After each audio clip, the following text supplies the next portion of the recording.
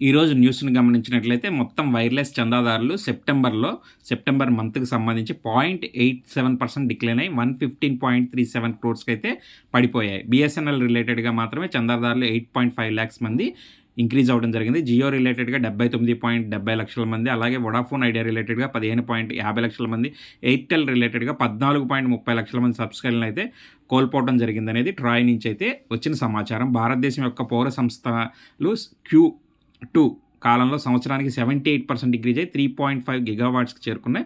మొత్తం వ్యవస్థాపించిన సౌర సామర్థ్యం వచ్చేసరికి 89.1 గిగావాట్స్, 86% పెద్ద స్థాయిలో ఇంక్రీజ్ అయ్యి 14% మైక్రో క్యాపిటల్ నివేదిక ద్వారా తెలిసింది. ఎన్టీపీసీ గ్రీన్ ఎనర్జీ వచ్చేసరికి ఐపీఓ 0.93 సార్లు అయితే సభ్యత్వం పొందింది. రిటైల్ సబ్స్క్రిప్షన్ 2.38 రెట్లు ఇంక్రీజ్ అయింది. నవంబర్ 22 వరకు అయితే తెరిచి ఉంటుంది. అంటే రేపు ఈవినింగ్ 5 o'clockకి క్లోజ్ అవడం జరుగుతుంది. సో ఇలాంటి వివరాల కోసం ఛానల్ని సబ్స్క్రైబ్ చేయండి.